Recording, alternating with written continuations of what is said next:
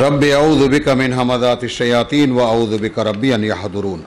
মূলত এই 225 থেকে নিয়ে তারপর 26, 27, 28 এবং 29 থেকে সরাসরি আত-তালাকু মাররাতান, তালাকের ওটা পূর্বপ্রেক্ষিত এবং সরাসরি তালাকের মাসলা এসে গেল কোরআনে দীর্ঘতর। এত বড় মাসলা, এত বড় বিষয় কোরআনে নেই।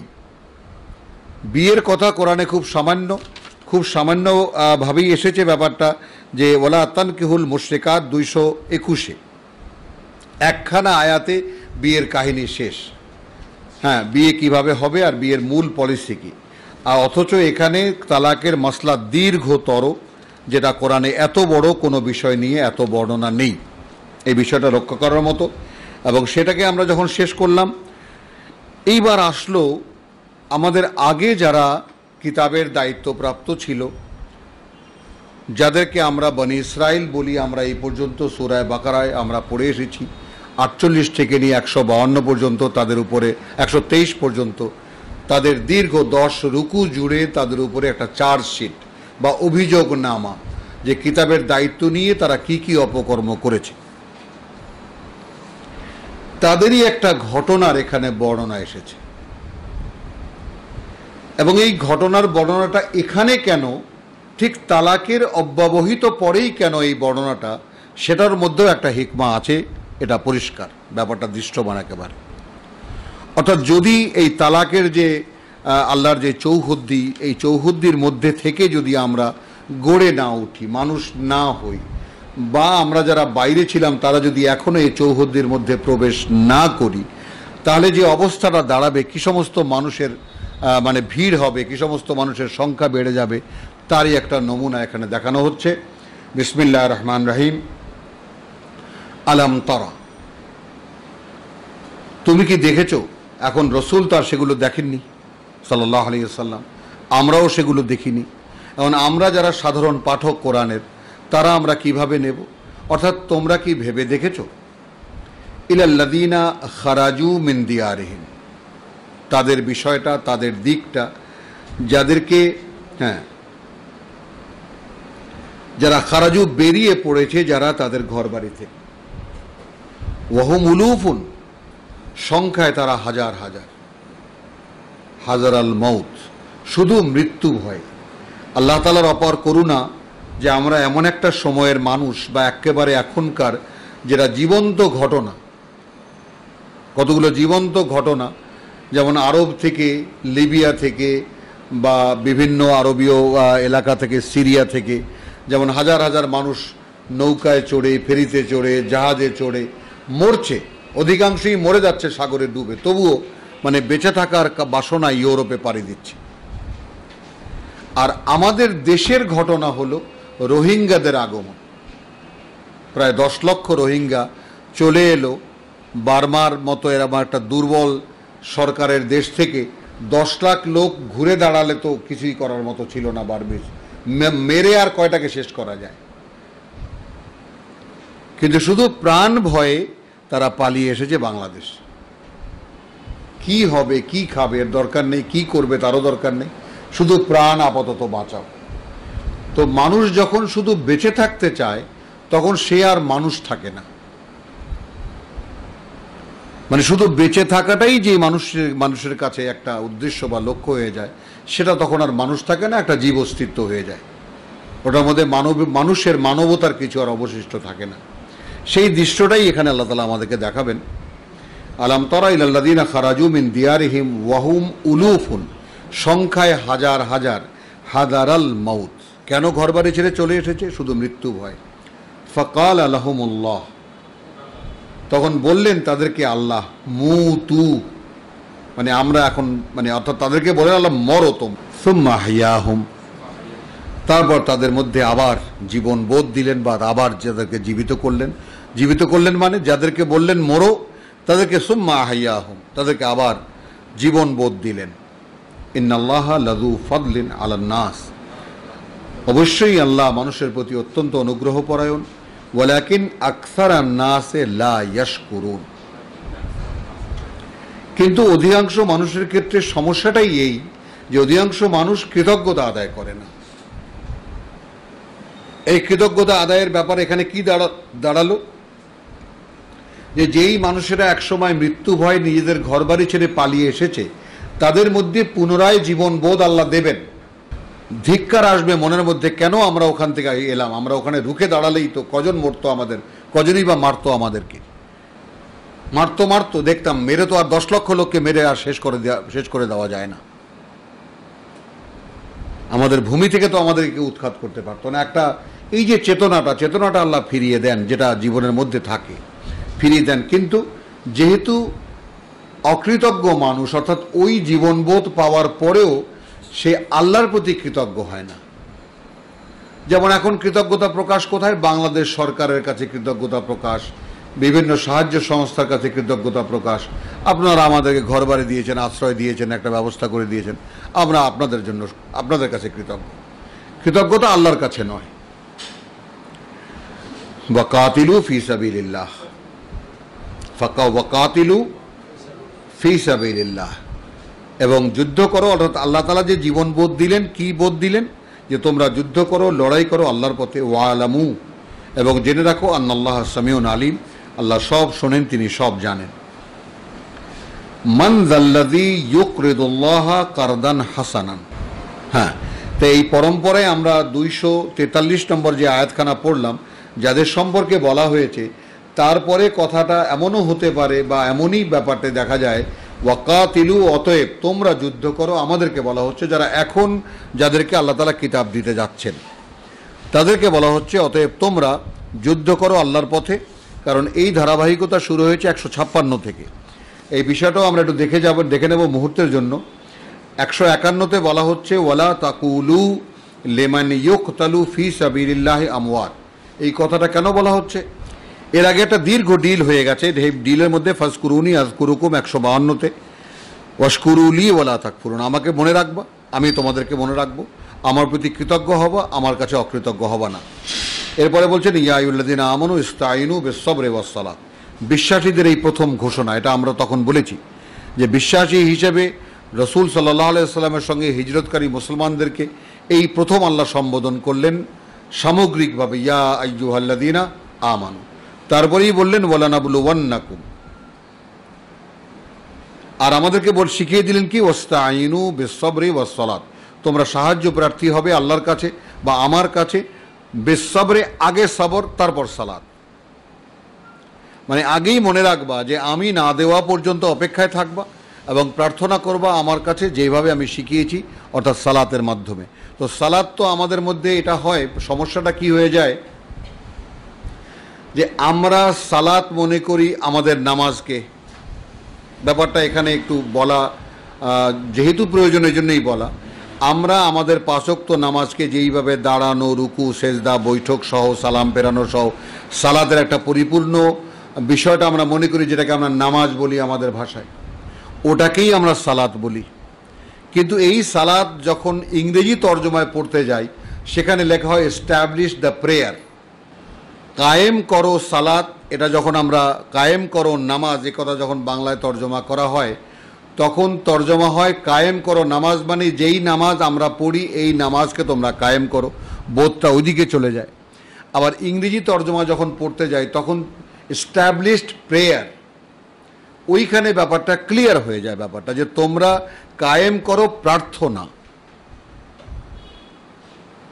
এখন আমরা কোন দিকে যাব? আরবি তর্জমার ক্ষেত্রে ইংরেজি তর্জমায় ওদিকে যায় আর বাংলা তর্জমায় এদিকে আসি। তো বাংলা তর্জমা যদি করি এস্টাবলিশ নামাজ বা কায়েম করো নামাজ, তাহলে এই নামাজ কায়েম, তো নামাজ তো কায়েম আছেই, নতুন করে নামাজ আর কি কায়েম করব, তাই না? আর এখানে যেটা বলা হয়েছে যে ইস্তাঈনু বিস-সাবরি ওয়াস-সালাত, তাই তোমরা অপেক্ষায় থাকবে যে পর্যন্ত না আমি দেব, আর তোমরা চাইবে আমার কাছে। এই চাওয়ার যে ধরনটা, এটাই সালাত, বিস-সাবরি ওয়াস-সালাত। তো বিস-সাবরে মানে অপেক্ষমান থেকে বা ধৈর্যের সাথে, সালাতের মাধ্যমে আমরা তর্জমা করি ইন্নাল্লাহা মা'আস-সাবিরিন। তাহলে আল্লাহর কাছে কোনো কিছু চাওয়ার জন্য যে নিবেদন, এটাই সালাত। আর আমরা ভাবি আমরা যে নামাজ পড়ি সেই নামাজের মধ্যে চাওয়া। এখন এইখানে আমাদের সমাজের সমস্ত মুফতিরা ফতোয়া দিয়ে দেন নামাজের মাধ্যমে দুনিয়াদারির কিছু চাওয়া যাবে না। শুধু ওখানে যে তেলাওয়াত করি সেই তেলাওয়াত এবং রুকু সেজদা যে তসবিহ পড়ি সেই তসবিহ ছাড়া আর কিছু চলে না। হুজুর যদি আমি এটার বাংলাটা একটু মনে মনে যে আমি কি বলছি কি পড়ছি সেটার তর্জমাটা যদি মনে মনে একটু আওড়ায় নেই, না তাও দরকার নেই, ওটা আল্লাহ তো জানেনি তুমি কি বলছো। তো এই জন্যই বললাম যে এই ব্যাপারটা একটু খেয়াল করার মতো, যে ওয়ালা তাকুলু লিমান ইউকতালু ফি সাবিলিল্লাহি আমওয়াত, তোমরা বলবে না যারা আল্লাহর পথে নিহত হয়েছে তারা মৃত, বল আহইয়া, বরং তারাই জীবিত হয়েছে, ওয়ালাকিন লা তাশউরুন, কিন্তু তোমরা তা বুঝতে পারো না। বাস পার্থক্য এতটুকু যে যারা আল্লাহর পথে নিহত হয়েছে তারাই মূলত জীবিত হয়েছে, পার্থক্য কি তোমরা তা বুঝতে পারো না। ওয়ালানাবলুওয়ান্নাকুম বিশাইয়্যিন মিনাল খাউফ, এ তো পরীক্ষা শুরু হয়ে গেল যে পরীক্ষা করবই। ঠিক সেই জায়গাটায় এখানে আসেন আবার 244 ওয়াকাতিলু ফি সাবিলিল্লাহ, যুদ্ধ করো আল্লাহর পথে, ওয়ালামু আন্নাল্লাহ সামিউন আলিম, এবং জেনে রাখো যে আল্লাহ সব শোনেন সব জানেন। মান যাল্লাযী ইউকরিদুল্লাহ কারদান হাসানান, এখন যুদ্ধের জন্য টাকা পয়সা লাগবে, যে আল্লাহকে ঋণ দেবে উত্তম ঋণ, ফায়ুদাইফাহু লাহু, তারপর তিনি বহুগুণ বৃদ্ধি করবেন তাকে তার জন্য, আদআফান কাসীরান, মানে বহুগুণ দিয়ে, বহুগুণে গুণন করে।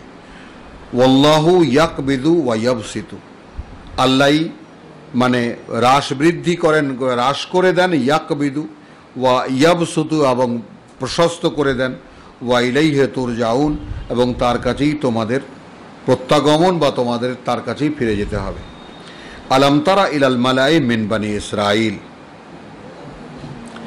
তাহলে আমাদেরকে 243-এর একটা এক্সাম্পল দিয়ে তারপর আবার বললেন ওয়াকাতিলু ফি সাবিলিল্লাহ এক, দ্বিতীয় মান যাল্লাযী ইউকরিদুল্লাহ কারদান হাসানান, আবার আসলো আর একটা এক্সাম্পল ওই একই লোকদের, আলাম তারা ইলাল মালাই মিন বানি ইসরাইল, দেখেছো কি সেই নেতাদের বনি ইসরাইলের, মিন বাদি মূসা, হ্যাঁ, যেমন ফেরাউন এবং মালাইহি, ফেরাউন এবং তার রাজন্যবর্গ বা তার পরিষদবর্গ যাই আমরা তর্জমা করি, তাহলে এখানেও দেখা গেল আলাম তারা ইলাল মালাই বনি ইসরাইল মিন বাদি মূসা, মূসার পরে বনি ইসরাইলের, ইসরায়েলি বংশধরদের জাতীয় নেতৃত্ব, নবী রাসূল না কিন্তু, মানে তাদের রাজনৈতিক নেতৃত্ব, সামাজিক নেতৃত্ব যারা, তাদের কথা ভেবে দেখেছো? মূসার পরে ইয ক্বালু লিনাবিয়্যিন লাহুম, যখন তারা বলল তাদের নবী যখন উপস্থিত ছিল তাদের জন্য যে নবী তখন উপস্থিত ছিল তাকে বলল, ইবআস লানা মালিকান, আমাদের জন্য একজন সেনাপতি নির্বাচিত করে দেন, নুকাতিল ফি সাবিলিল্লাহ, আমরা আল্লাহর পথে যুদ্ধ করব। ক্বালা হাল আসাইতুম, তোমরা এর বিরোধিতা করবে না তো, ইন কুতিবা আলাইকুমুল কিতাল, যদি লিখে দেওয়া হয় তোমাদের উপরে কিতাল, যুদ্ধ করা, আল্লাহ তুকাতিলু, যে তখন তোমরা আর যুদ্ধ করবে না। অর্থাৎ নবীর কাছে যখন এলো যে আমাদের জন্য একজন সেনাপতি মনোনীত করে দিন, অর্থাৎ মনোনয়নটা যেন আল্লাহ থেকে হয়, বা মনোনয়নটা যেন আল্লাহর নির্বাচিত যে ব্যক্তিত্ব তিনি যেন করে দেন, তার মানে এর মধ্যে যে একটা বরকত আছে সেটা তারা ভাবছে, সেটা তারা জানে যে যদি আল্লাহ নিয়োগ করে দেন সেখানে পরাজয়ের কোনো প্রশ্ন নেই। ব্যাপারটা একটু খেয়াল করি আমরা। এখন নবী আগে বলছেন যে এমন হবে না তো যে তোমরা উল্টোটা করবে, এবং যখন লিখে দেওয়া হবে তোমাদের জন্য যে এখন যুদ্ধ করো, আর তখন তোমরা আর যুদ্ধ করবে না। তাহলে এই চরিত্রটা এখানে প্রকাশ হয়ে গেল বনি ইসরাইলের, যারা আমাদের এই কোরআনের আগে তওরাতের দায়িত্বপ্রাপ্ত ছিল, তারপর সেটারই এডিশন আসলো জবুর, তারই আবার এডিশন আসলো ইঞ্জিল, এবং এই ইঞ্জিলের সময়ও তারাই মূলত মানে ধর্মীয় সম্প্রদায়ের নেতৃত্বে ছিল এই বনি ইসরাইল। তো এই বনি ইসরাইলের নেতারা কি কি করেছে তাদের অপকর্মের কাহিনী আমরা পড়ে এসেছি এর আগে। এখন আমরা দেখতে পাচ্ছি বলা হচ্ছে যে যখন তারা একদম পরাজিত, যেমন আজকের মুসলমান সম্পূর্ণ পরাজিত, সারা বিশ্বময়, তাদের কোনো আশ্রয় কোথাও নেই, তাদেরকে আশ্রয় দেবার মতো কেউ নেই, এবং তাদের পরিচয় এই পৃথিবীতে সবচেয়ে নিকৃষ্ট, সবচেয়ে বিশ্বাসঘাতক, সবচাইতে সন্ত্রাসী ইত্যাদি ইত্যাদি যত রকমের কুৎসিত নাম আছে সব নামগুলো মুসলমানদের উপরে চাপিয়ে দেওয়া। আর এখানে মানে ওই ওই জিনিসে আমাদের দেশের আঙ্গিকটাও একটু আমরা যেন দেখি আমরা যে ঐতিহাসিক মানে যাকে বলে যে ধারাবাহিকতায় আজকে এদেশের যারা ইসলামী আন্দোলনের এক সময়কার সম্মানিত মানুষ ছিলেন তারা আজকে এদেশের মানুষের কাছে এই কালের প্রজন্মের কাছে পরিচিত রাজাকার, আলবদর, খুনি, স্বাধীনতা বিরোধী, নারী ধর্ষক ইত্যাদি যত কুৎসিত নাম আছে সব তাদের উপরে আরোপিত। তো এই জিনিসগুলো জানছে এখনকার প্রজন্ম। তো একসময় তাদেরও পরিণতি এই হয়েছিল, যখন কিতাবের দায়িত্ব তারা পালন করেনি তখন আল্লাহ তাআলা এই মানুষগুলোকে কোথা থেকে কোথায় নিয়ে যান তারই বাস্তবতা কোরআন দেখাচ্ছে। এবং কোরআন সেটাকে বলছে সানাস্তাদরিজুহুম মিন হাইসু লা ইয়াশউরুন, আমি তাদেরকে ক্রমপর্যায়ে এমন জায়গা থেকে এমন জায়গায় নিয়ে আসব যে তারা ধারণাও করতে পারবে না তারা কোথা থেকে কোথায় চলে এসে। ওয়াকালা হাল আসাইতুম ইন কুতিবা আলাইকুমুল কিতাল আল্লাহ তুকাতিলু ক্বালু ওয়ামা লানা, কি হয়েছে আমাদের আল্লাহ নুকাতিলা ফি সাবিলিল্লাহ, যে আমরা যুদ্ধ করব না আল্লাহর পথে। ওয়াকাদ উখরিজনা, যেখানে আমরা রীতিমতো বহিষ্কৃত হয়েছি, মিন দিয়ারিনা আমাদের ঘরবাড়ি থেকে, ওয়া আবনাইনা আমাদের সন্তানদের থেকে আলাদা হয়ে গেছি আমরা। ফালাম্মা কুতিবা আলাইহিমুল কিতাল, অতঃপর যখন নবী প্রার্থনা করলেন এবং লিখিয়ে আনলেন তাদের জন্য যুদ্ধ করা তাওয়াল্লাউ, মানে আল্লাহর কাছ থেকে যুদ্ধ করার অনুমতি এসেছে, বাস মুখ ফিরিয়ে নিয়ে গেছে তারা। ইল্লা কালিলান মিনহুম, থাকলো তাদের মধ্যে সামান্য কিছু লোক। ওয়াল্লাহু আলিমুন বিয-যালিমিন, এবং আল্লাহ খুব ভালোভাবেই জানেন এই সর্বনাশী লোকদেরকে বা এই আত্মসর্বনাশী লোকদেরকে খুব ভালো করে চেনেন। ওয়াকালা লাহুম নাবিয়্যুহুম, তো থাকলো তখন কিছু লোক, তাদেরকে বললেন তাদের নবী, ইন্নাল্লাহা কাদ বাআসা লাকুম তালুতা মালিকান, আল্লাহ কিন্তু তোমাদের জন্য নির্বাচন করে দিয়েছেন, মনোনীত করে দিয়েছেন সেনাপতি হিসেবে তালুতকে।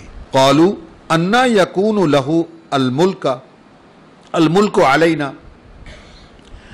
আমাদের উপরে কর্তৃত্ব করার তার কি অধিকার থাকতে পারে? ওয়া নাহনু আহাক্কু বিল মুলকি মিনহু, বরং আমরা অগ্রাধিকারী কর্তৃত্বের ক্ষেত্রে তার চাইতে। ওয়ালাম ইউতা সাআতা মিনাল মাল, কারণ তাকে তো টাকা পয়সার বেলায় প্রশস্ততা দেওয়া হয়নি। তাহলে বনি ইসরায়েলের জাতীয় নেতৃত্ব, বনি ইসরায়েলের নেতৃত্বদের বক্তব্য এই যে নবীর কাছে বললেন একজন সেনাপতি নির্বাচন করে দিন যুদ্ধের জন্য, আমরা আল্লাহর পথে যুদ্ধ করব। এখন আল্লাহর পথ থেকে নবীর মাধ্যমে যখন একটি নির্বাচিত ব্যক্তির নাম ঘোষণা করা হলো তখন তাকে তারা তুলনা করলো যে তার চাইতে তো আমরাই ভালো, আমরাই ওর চাইতে বেশি পারবো, কারণ ওর তো টাকা পয়সা নেই।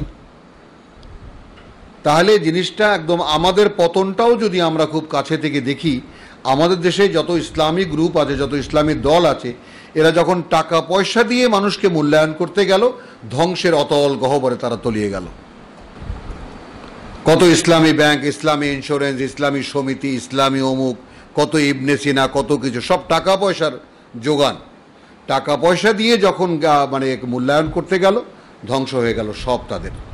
তো সেইখানে এখানে পরিচয় যে একই জিনিস আজকে আমরা যারা কোরআনের চর্চা করছি তারা এই ঐতিহাসিক সত্যকে যেন মাথায় রেখি এবং চোখে যেন দেখিয়ে যে আমাদের পরিণতি কী হয়। জাতীয় নেতৃত্ব যখন টাকা পয়সা দিয়ে একটা মানুষের মূল্যমান নির্ণয় করতে গেল তখন কি হলো তাদের। ক্বালা ইন্নাল্লাহ আস্তাফাহু, এখন নবী বললেন যে আল্লাহই তো মনোনীত করে দিয়েছেন, তাকে বাছাই করে দিয়েছেন, তাকে আলাইকুম তোমাদের জন্য, ওয়াজাদাহুম বাসতাতান ফিল ইলমি ওয়াল জিসম, এবং বাড়িয়ে দিয়েছেন তাকে প্রশস্ততা জ্ঞানে এবং দেহে। এখন তো অর্থাৎ তাকে তো আল্লাহ তাআলা দিয়েছেন একজন দৈহিক সামর্থ্যবান মানুষ এবং তীক্ষ্ণ জ্ঞান বুদ্ধি সম্পন্ন মানুষ, যেটা যুদ্ধের জন্য দরকার। যুদ্ধের জন্য টাকা পয়সা লাগবে শুধু তোমরা দেবা, সে কথা তো 245 আমরা পড়ে এসেছি, মান যাল্লাযী ইউকরিদুল্লাহ কারদান হাসানান। ব্যাপারটা তো আদৌ যুদ্ধের প্রয়োজনে টাকা পয়সা লাগবে, টাকা পয়সা তোমাদের আছে দাও। কিন্তু যুদ্ধের সেনাপতি হওয়ার জন্য যে যোগ্যতা দরকার, দৈহিক সামর্থ্য দরকার আর তীক্ষ্ণ বুদ্ধি দরকার, তা তার আছে। সেরকম একজন লোকই আল্লাহ তাআলা নিয়োগ করে দিয়েছেন তোমাদের নেতা বা তোমাদের সেনাপতি হওয়ার জন্য। ওয়াল্লাহু ইউতি মুলকাহু মান ইয়াশা, আল্লাহ দিয়ে থাকেন তার যে কর্তৃত্ব যাকে তিনি ইচ্ছা করেন বা যাকে তিনি চান। ওয়াল্লাহু ওয়াসিউন আলিম, এবং আল্লাহ ওয়াসিউন আলিম, জ্ঞানের ক্ষেত্রে বা অবগতির ক্ষেত্রে তিনি সর্বব্যাপী। মানে কার জন্য, কি জন্য, কোথায় কি দরকার সেটা তার উপর বা তার চাইতে বেশি কে বুঝতে পারবে। ওয়াকাল লাহুম নবিয়্যুহুম, এবং বলল তাদেরকে, হ্যাঁ তাদের নবী, ইন্না আয়াতা মুলকিহি, তার যে নেতৃত্ব বা তার যে কর্তৃত্ব আল্লাহর পক্ষ থেকে মনোনীত, তার একটা নিদর্শন আছে।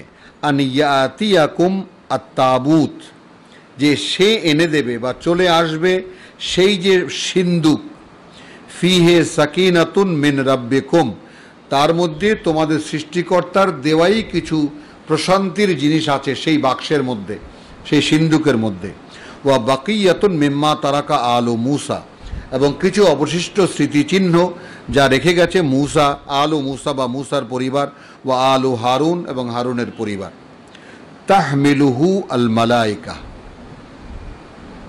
এই বাক্সটা একটা ঐতিহাসিক বাক্স।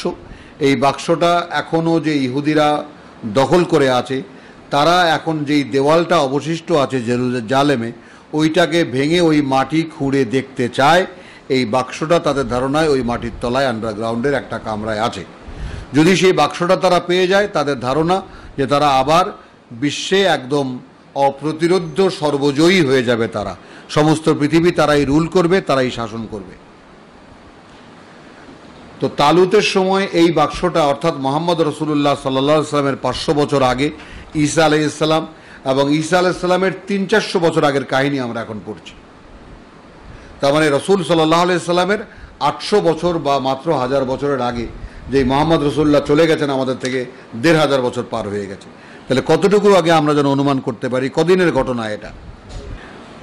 আচ্ছা, যেটা এখন আলু মুসা তাহমিলুহু আল মালাইকা, যে বাক্সটা বা সেই সিন্দুকটা এখন ধারণ করে আছে ফেরেশতারা।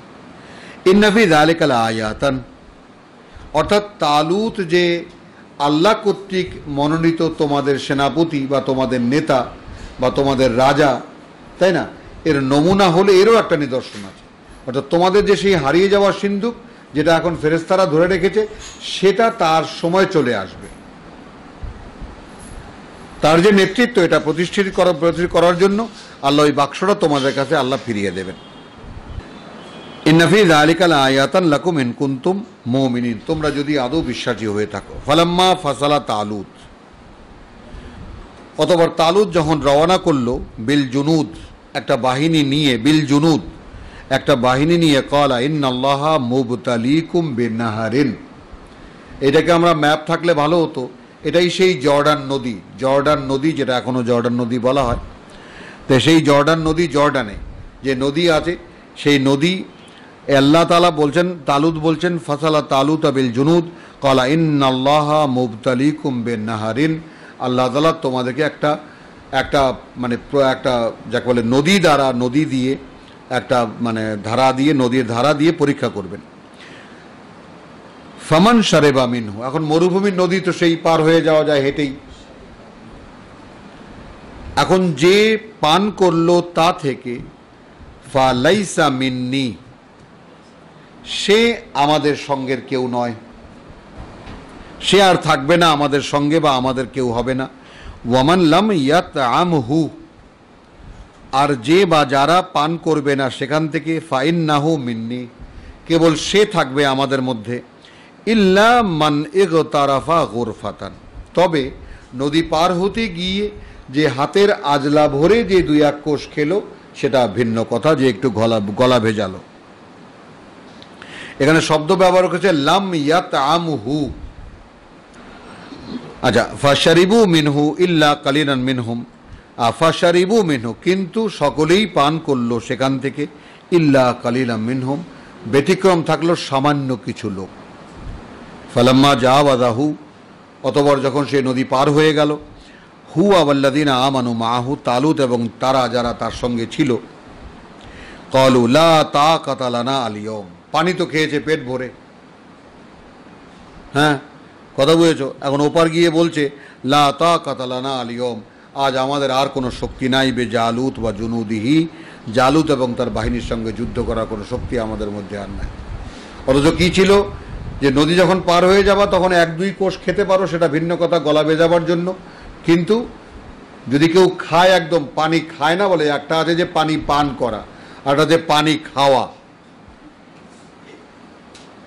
বোঝো না জিনিসটা? তো পানি তো খেয়েছে, ঠান্ডা পানি, সাগর নদী, মরুভূমির রাস্তা, পাহাড়ি রাস্তা খেয়েছে আচ্ছা রকম। তো যারা খেয়েছে তারা ওপার গিয়ে বলছে যে আজ আর কোনো শক্তি নেই জালুতের বিরুদ্ধে যুদ্ধ করার। ক্বালু লা তাকাতা লানা আল ইয়াউম বিজালুতা ওয়া জুনুদিহি ক্বালা আল্লাযীনা ইয়াযুন্নুনা আন্নাহুম মুলাকু আল্লাহ। এই বিষয়টাও উপস্থিত সকলকে আমি একটু লক্ষ্য করাবো কথাটা।